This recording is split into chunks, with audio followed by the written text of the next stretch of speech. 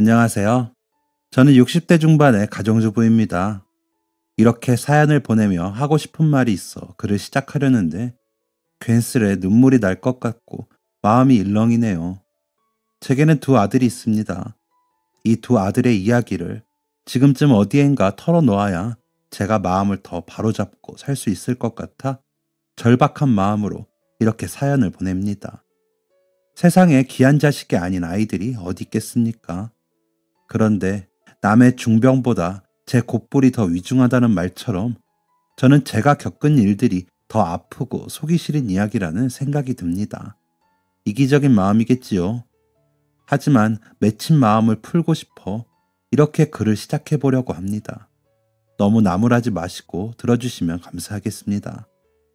앞서 말씀드린 것처럼 제게는 두 아들이 있습니다. 한 아이는 제가 낳은 아이이고 한 아이는 낳은 아이의 절친한 친구였습니다.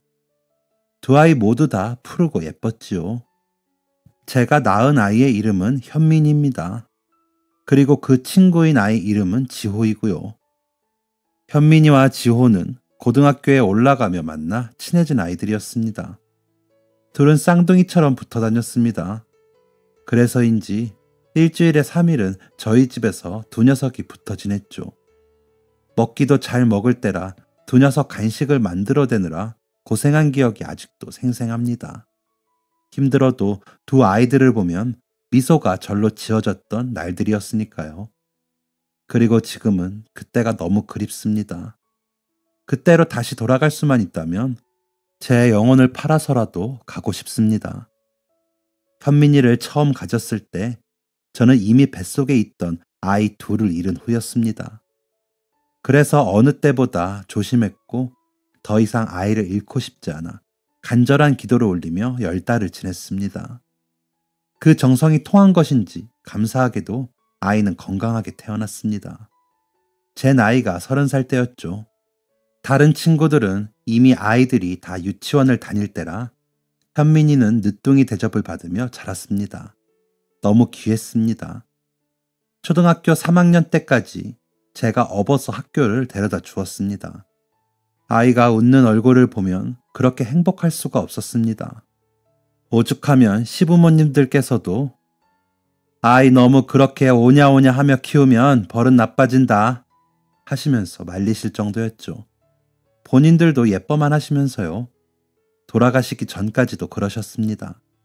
그러다 초등학교 3학년 때 아이가 자신의 마음대로 되지 않는다고 소리를 지르며 물건을 바닥에 던지는 일이 생겼습니다. 그 물건이 튕기며 남편에게 맞았고 남편은 이놈이 어디 물건을 던져?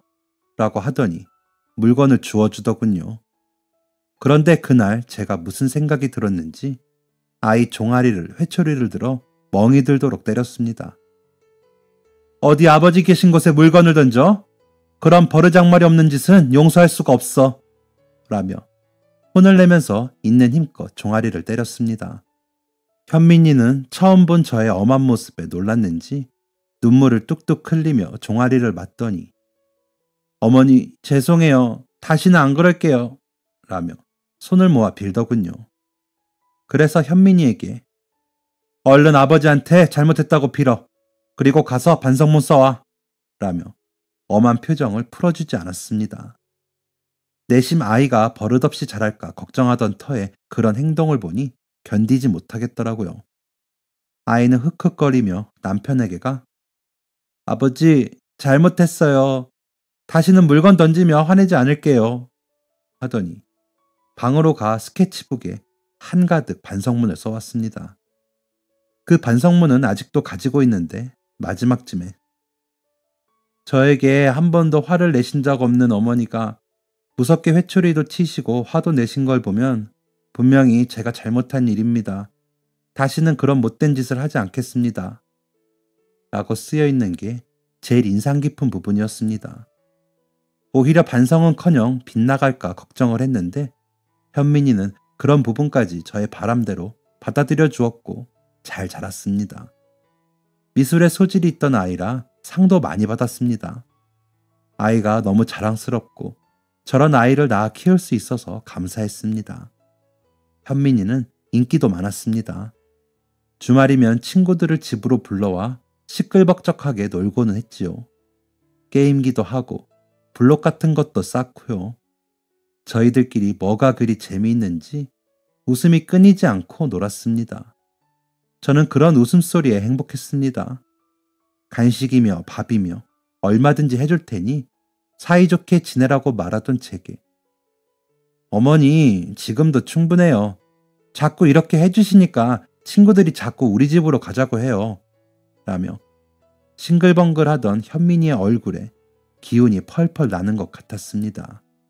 우리 현민이만 행복하다면 저는 더 열심히 할 수 있었습니다. 그러다 중학교에 가면서는 친구들을 조금 덜 데려오더라고요. 혹시나 사이가 벌어졌나 싶어 물어보면 다들 학원 다니느라 바빠요. 저도 바쁘고요. 시험 끝나면 와서 놀기로 했어요. 하며 웃던 현민이의 목소리가 그립습니다. 현민이는 항상 잘 웃고 저와 수다도 잘 떨어주었습니다. 너무 완벽한 아들이었죠. 그런 현민이를 남편은 저놈은 뭐가 돼도 크게 될 거야. 사내놈이 저렇게 서글서글하니 우리 집안을 일으킬 것 같아. 라며 대견해 했습니다. 저희 친정과 시댁은 형편은 좋았지만 모두들 농사를 짓거나 축산업을 하셨던 분들이라 집안에 큰 사람이 없는 점을 아쉬워했거든요. 남편은 일찍이 시장이나 역전에 땅을 사서 건물을 짓고 세를 받고 있었기에 돈은 모자라지 않았습니다. 그랬기에 우리 현민이는 집안의 희망이자 대들보였습니다. 그리고 그 아이가 그 역할을 누구보다 잘 해낼 것이라는 믿음은 모두가 가지고 있었습니다. 귀한 외아들이자 이 집안의 장남이었던 현민이에 대한 기대는 컸습니다.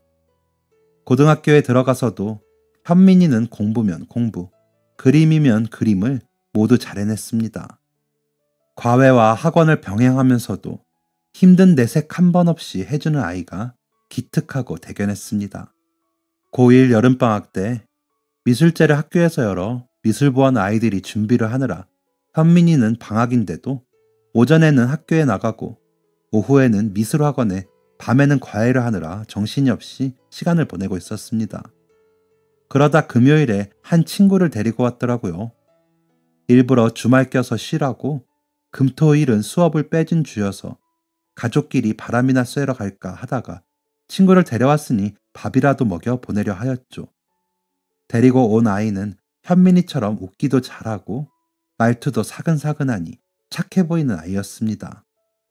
다만 현민이에 비해 아이가 너무 작고 말라 밥을 많이 먹어야겠다 한창 클 나이에 라고 했더니 현민이가 어머니 사람마다 다 다르지 뭘 그런 것 가지고 그러세요 라고 하더니 친구를 챙기더라고요. 무안하기도 하고 서운하기도 해 두 녀석 밥 먹는데 방에 들어와 버렸습니다. 그러다 다 먹었는지 현민이 방에 들어가 뭘 하더라고요. 그러더니 현민이가 제게 쓱 와서는 어머니 아까 서운하셨죠?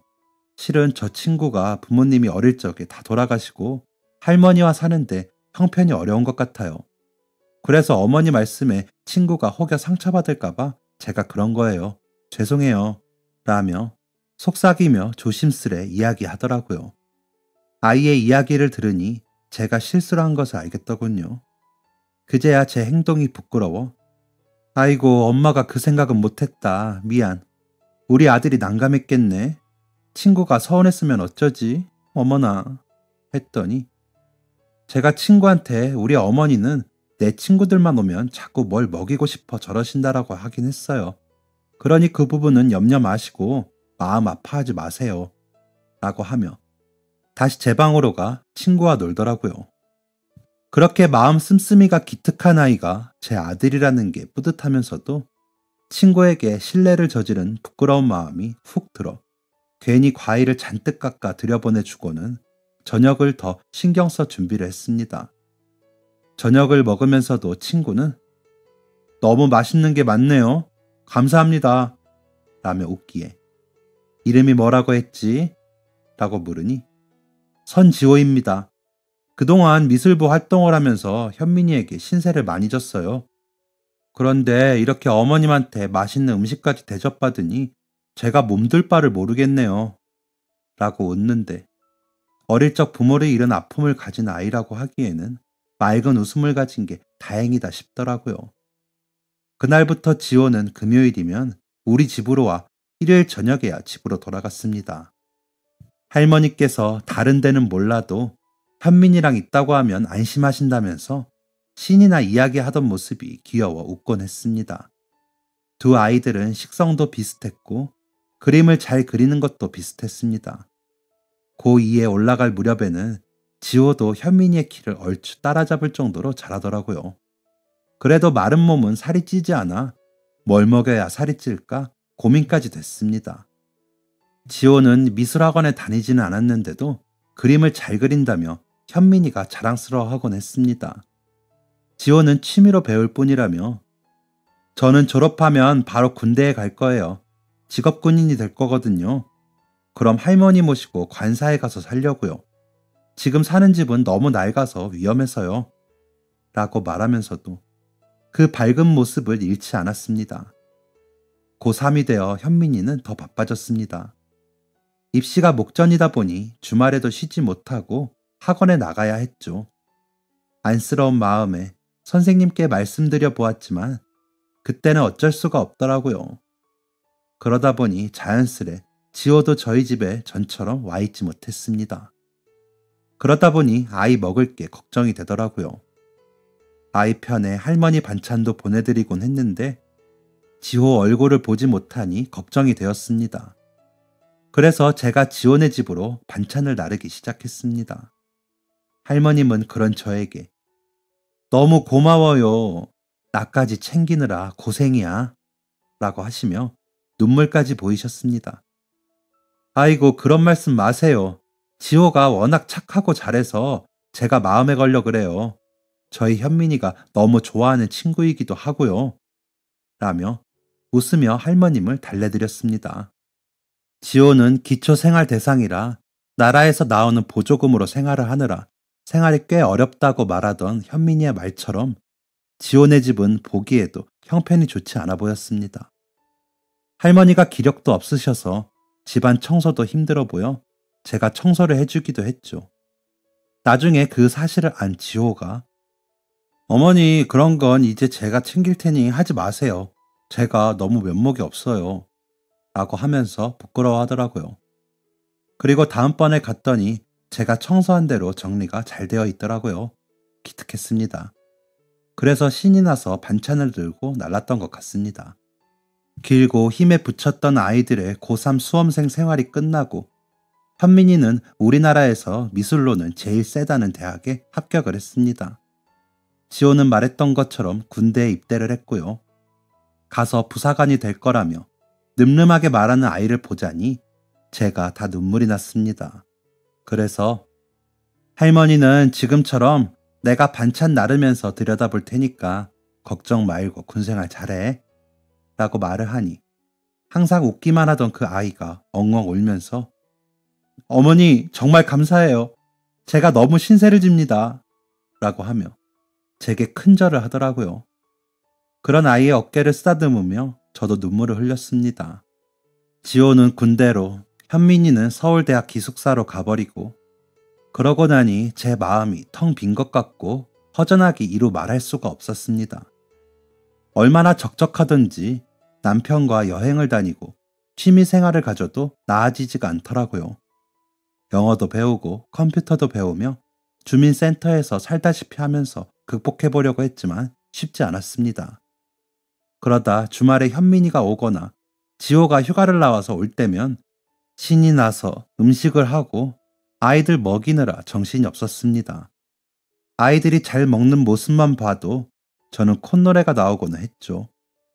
남편은 그런 저를 보며 아이고 우리 심여사 엉덩이에 날개 달려서 날아가겠어. 그렇게 좋아? 라며 웃고는 했죠. 그럼 저는 더 신이 나서 흥얼거리며 음식을 했습니다. 두 녀석이 좋아하는 게 같다 보니 잘 먹는 음식은 더 많이 하느라 어깨가 아플 지경이었습니다.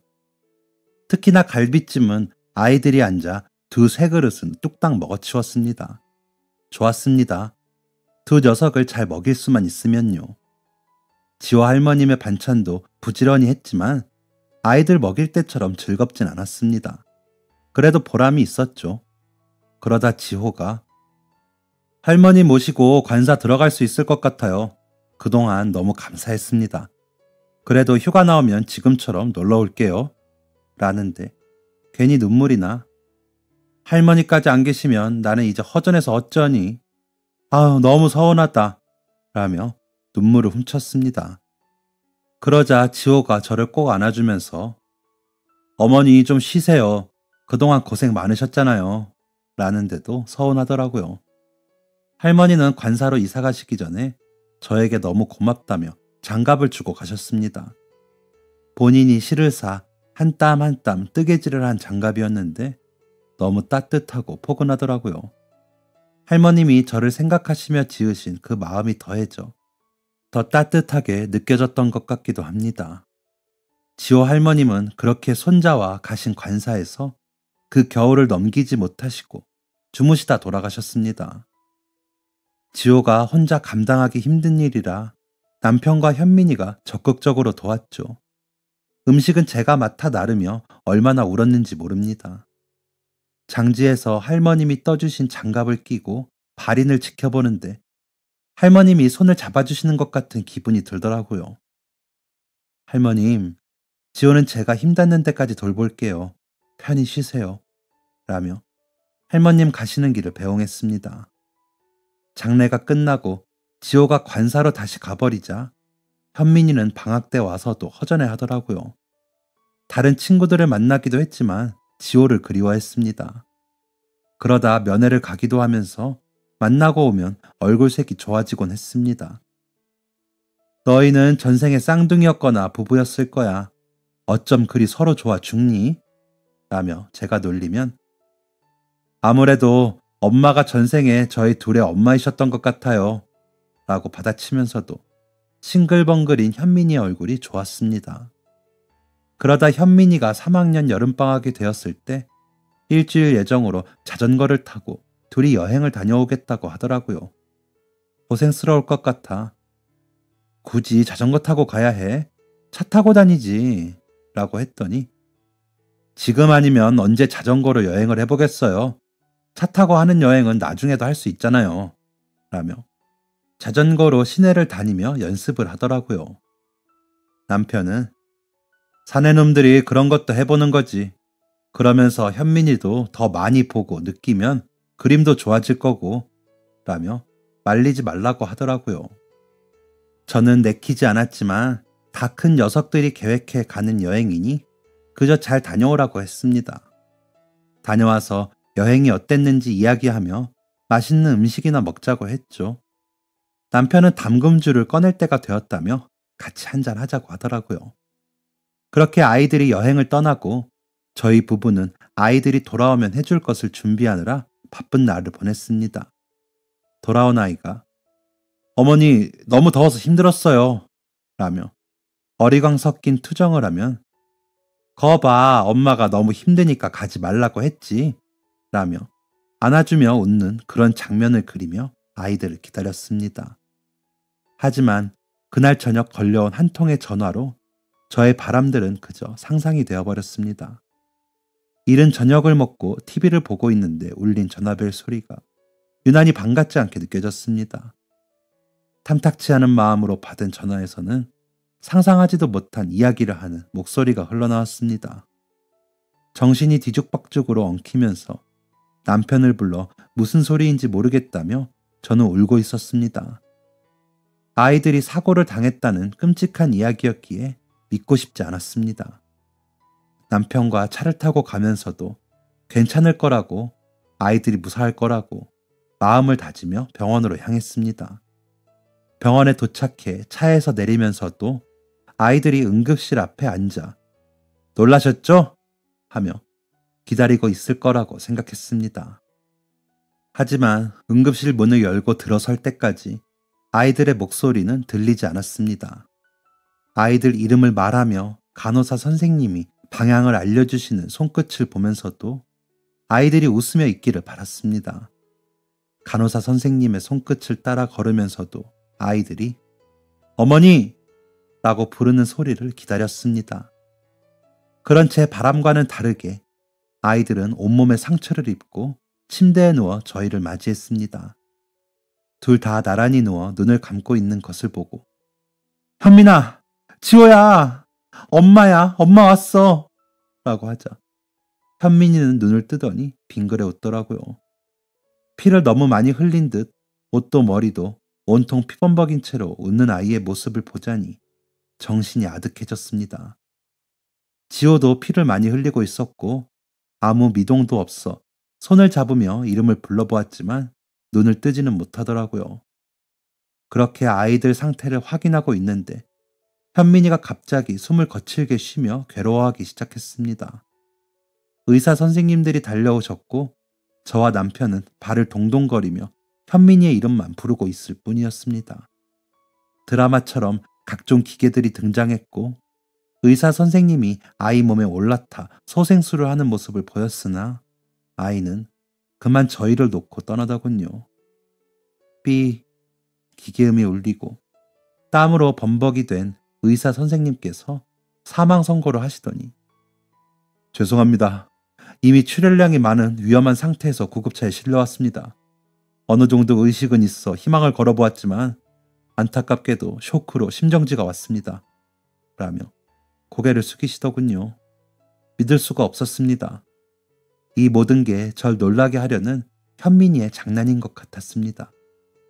엄마랑 아빠를 깜짝 놀래키려는 장난이요. 하지만 아이는 일어나지 않았습니다. 아무리 손을 잡아도 자꾸 미끄러질 뿐이었습니다. 제 입에서는 짐승의 울음소리 같은 소리가 흘러나왔습니다. 남편은 자신의 가슴을 치며 웅크리면서 괴로워했습니다. 응급실의 모든 소리가 멈추고 정적이 흐르는 것 같았습니다. 아이들을 저희 지역의 병원으로 옮기기로 결정한 것은 그 밤이 지난 새벽녘쯤이었는데 그때까지 저희 부부는 울부짖느라 정신을 차릴 수가 없었습니다.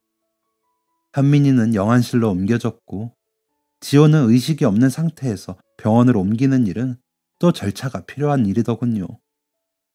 차를 타고 아이들이 탄 구급차의 뒤를 쫓는데 정신이 아득해지다가 길을 보니 우리 아이들이 자전거를 타고 이 길을 달렸을까 싶어 눈물이 나더군요.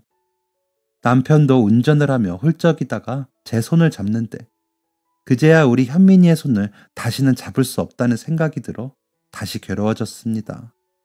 지호는 입원 수속을 하고 중환자실에 입원시켜 놓고 저희는 장례식장에서 현민이의 장례를 치렀습니다. 그러면서도 지호 면회 시간은 놓치지 않으려고 애를 썼죠. 저보다는 남편이 오고 가느라 고생을 했습니다. 저는 여러 차례 실신을 해서 링거를 맞느라 면회 시간을 놓치기도 했거든요. 자식을 잃고 보내는 자리다 보니 오시는 손님들도 모두들 눈물만 보이시고 정적이 흐르는 장례식이었습니다. 사진 속의 현민이는 밝게 웃고 있었지만 그 미소는 이제 사진 속에서만 볼 수 있다는 사실을 인정할 수 없더군요. 아이를 보낼 수 없었습니다. 저도 따라 같이 가고 싶었습니다. 장례 마지막 날 새벽에 발인을 위해 채비를 해야 하는데 염할 때 아이의 모습이 떠올라 눈물을 흘리고 있으니 지호가 휠체어를 타고 왔더군요. 남편은 언제 자리를 비웠는지 그 휠체어를 밀고 있고요. 지호는 저를 보고 현민이의 사진을 보며 소리도 내지 못하고 울었습니다. 그런 지호에게 달려가 지호야, 우리 현민이가 어떡하니? 우리를 두고 저 녀석이 저렇게 웃는 얼굴로 가버린다. 지호야! 하며 울었습니다. 지호는 그런 저를 잡더니 어머니, 죄송해요. 죄송해요. 라며 울더군요.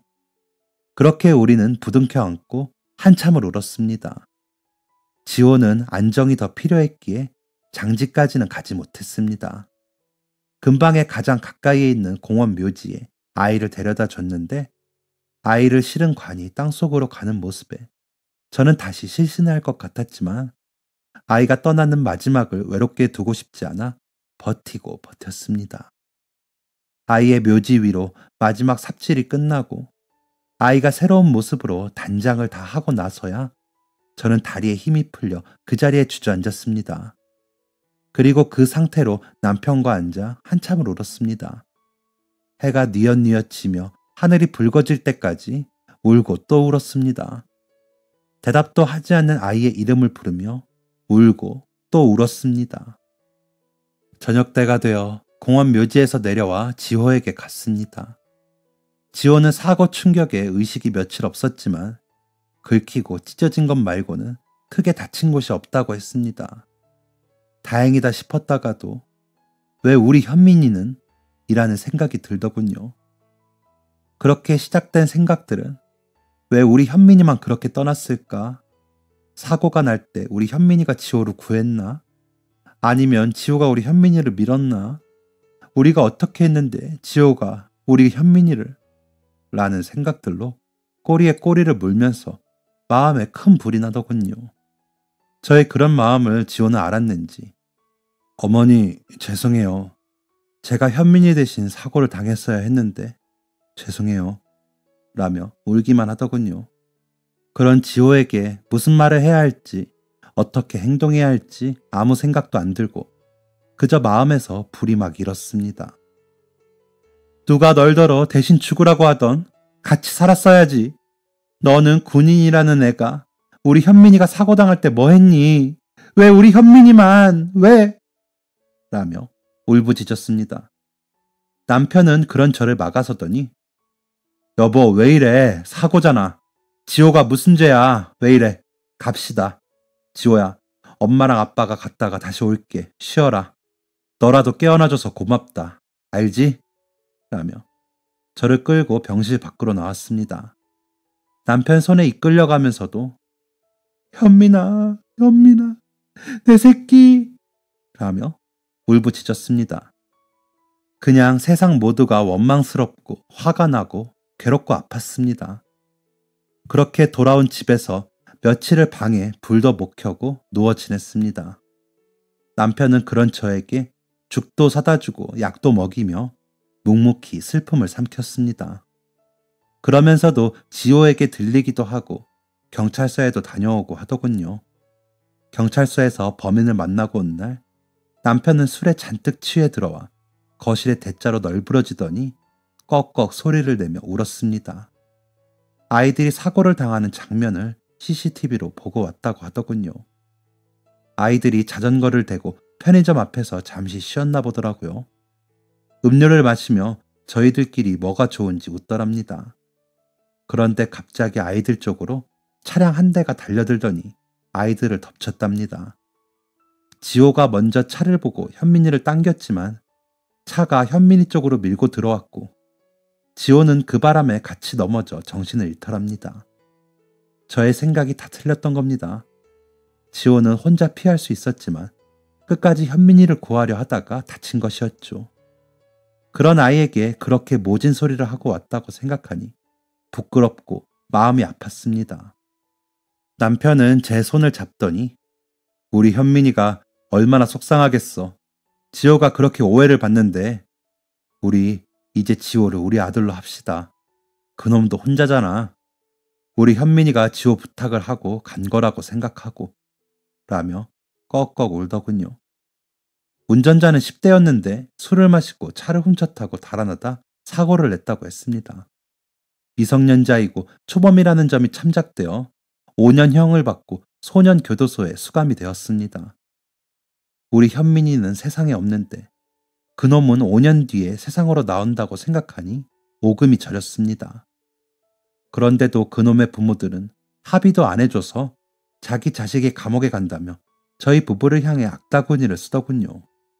좋은 변호사를 써서 자기 자식 죄를 감추기만 급급한 그 사람들의 악다구니를 듣고 있자니 마음에 또 불이 일었습니다. 하지만 저희가 할 수 있는 일은 없더군요. 현민이를 그리워하며 우는 일과 현민이의 묘지에 술을 올리는 일 뿐이었죠. 지호는 1년 반 정도 시간이 흐른 그 사이에 회복을 했고 부대로 복귀를 했다고 했습니다. 사고가 나고 그 뒤로는 연락이 없더군요. 전에는 간간히 전화도 하고 했었는데 제가 모진 말을 해서인가 싶어 마음이 쓰였습니다. 그래서 아이에게 문자를 보냈습니다. 지호야, 엄마야. 엄마가 너무 모질게 말해서 속상했지. 엄마가 미안하다.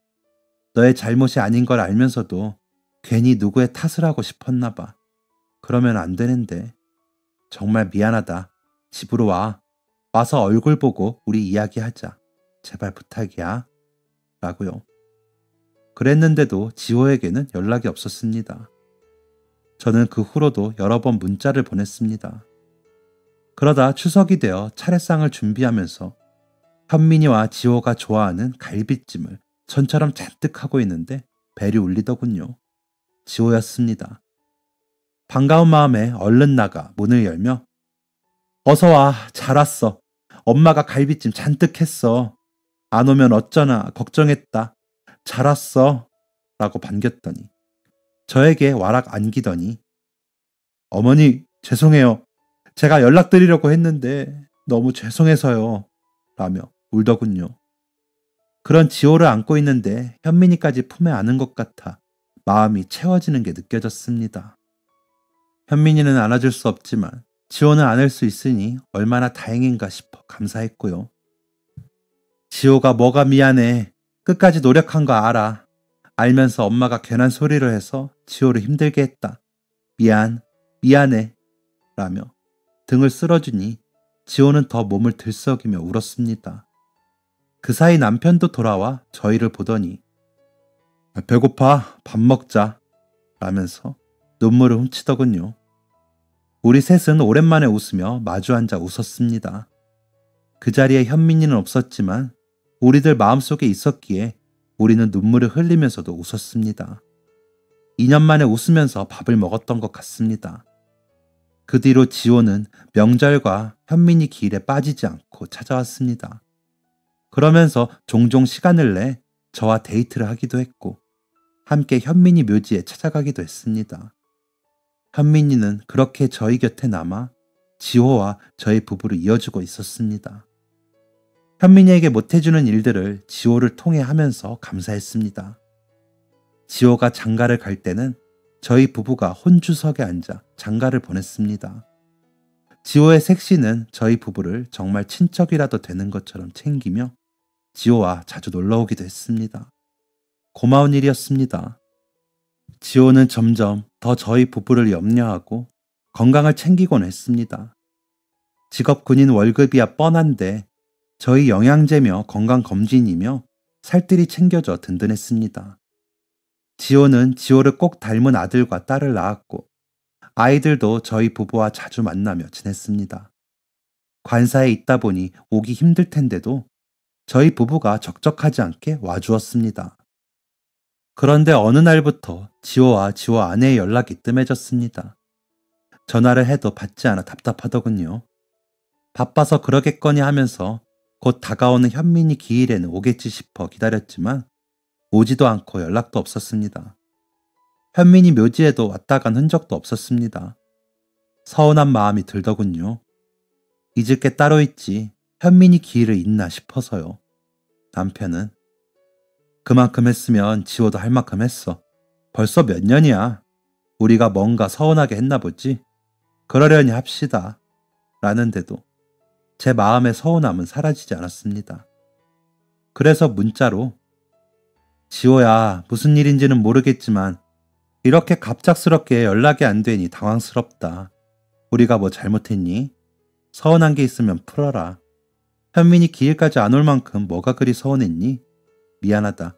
마음 풀고 연락 좀 줘. 라고 보냈습니다. 이 연락까지 무시한다면 다시는 연락하지 않고 놓아줘야겠다는 결심을 담은 메시지이기도 했죠.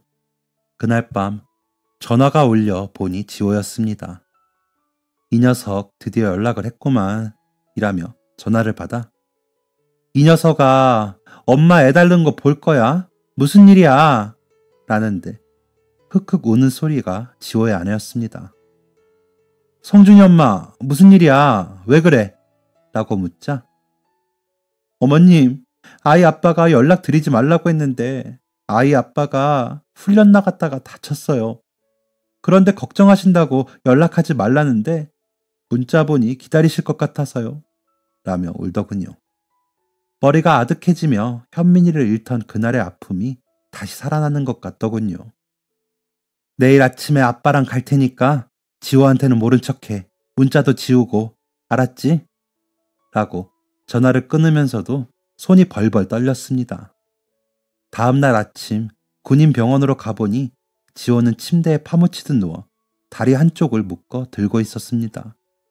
가까이 다가가면서 보니 무릎 아래로 있어야 할 종아리와 발목이 없더군요. 너무 놀라 들고 있던 가방까지 놓치며 지호에게 다가갔습니다. 잠들어 있던 지호가 놀라서 깼고 지호의 아내는 절 보며 손을 잡더라고요. 지호야, 괜찮아? 이게 무슨 일이니 세상에? 라며 제가 울자 지호가 어머니, 제가 이런 모습 보여드리기 싫어서 연락도 못 드렸는데 어떻게 알고 오셨어요? 라며 흐느끼더군요. 뒤에 있던 남편은 이 녀석아, 이럴수록 더 연락을 해야지. 너가 그렇게 연락도 안 하고 혼자 이렇게 앓으면 문제가 해결되니? 애들이랑 네 처는 어쩌라고 이러고 있어. 라며 호통을 치더라고요. 장마에 떠내려온 지뢰를 제거하다 잘못 밟은 지뢰가 터지는 바람에 지호의 왼쪽 발목이 사라지는 사고를 당한 것이라고 했습니다. 제대는 당연했고 관사에서도 나와야 하는 상황이 그려지니 저희 부부는 그 대비를 하기 시작했습니다. 물론 보상금이 나온다며 지호는 걱정하지 말라고 했지만 몸까지 불편해진 아이를 그냥 두고 볼 수만 없었습니다. 남편도 저와 같은 생각이었죠. 그래서 저희가 가진 건물 중 2채를 지호 앞으로 명의 이전을 해주고 그 세를 받아 생활하게 하기로 했습니다. 그중 한 건물의 주인층에 아이들과 들어가 살면 되기도 했고요. 지호에게 병원에서 퇴원하는 대로 집으로 오라고 하고는 준비를 해놨죠. 아이가 퇴원을 하고 집으로 오기로 한 날, 저는 또 갈비찜을 잔뜩 했습니다. 목발을 짚고 집 안에 들어서던 지호는 어머니, 갈비찜이 맛있게 된 것 같아요. 라며 웃더군요. 그런 아이를 소파에 앉히고 준비해둔 서류에 사인을 하고 했습니다. 읽어보던 아이는 어머니, 아버지, 저는 이거 사인 못해요. 제가 어떻게 이걸 받아요. 저는 살아있는 것만으로도 죄송한데 이런 것까지 제가 어떻게 해. 라며 울더군요. 아이들은 제 아버지가 우니 놀라서 제 엄마 곁에 자리를 하고 조용히 저희 눈치를 보더라고요. 그런 지호의 손을 잡고 지호야, 너 아니면 엄마 아빠가 여태까지 어떻게 버텼겠니? 제발 우리 마음을 밀어내지 말아다오. 우리가 이거라도 해야 나중에 현민이 만날 때 떳떳하지. 그 녀석 알잖아. 라며 달랬더니 그제야 사인을 하더라고요. 다음날 신고를 하고 세금까지 내고 나니 마음에 체증이 내려간 것 같았습니다. 아이들이 들어갈 층에 세입자가 나가는 날짜가 차이가 생겨 당분간 지낼 곳이 없어 저희 집에서 한동안 지냈는데 너무 좋더라고요. 그러면서도 현민이 아이들을 데리고 와 함께 있었다면 얼마나 좋을까 하는 생각에 눈물 짓기도 했죠. 아이들이 할머니! 라고 부르며 안길 때는 마음이 너무 따뜻해졌습니다. 이삿날에는 서원에서 하루 종일 울기도 했고요. 지호는 요즘 매일 집으로 와 점심을 먹습니다. 의족에 적응해 운동까지 다닌다며 자랑하기도 하고 어머니 밥이 최고라며 괜히 아양을 떨기도 하면서 매일 옵니다. 그 덕에 저는 또 하루를 살고요. 고맙습니다. 지호에게도 현민이에게도 제가 엄마라는 이름으로 살아가게 해주어서요. 앞으로도 저는 그 이름에 걸맞게 살려고 합니다. 다시 현민이를 만나는 날까지요. 우리 지호가 비록 몸은 불편하지만 건강하도록 최선을 다할 겁니다. 남편은 아직도 지호와 아침마다 운동을 같이 합니다. 저도 뭔가 더 해야겠어요. 저희 가족이 더 행복하길 바라주시면 감사하겠습니다. 사랑하며 사시길 바랍니다. 감사합니다. 지금까지 사연 들어주셔서 감사합니다. 사연이 재밌으셨다면 구독과 좋아요를 눌러주세요. 감사합니다. 안녕히 계세요.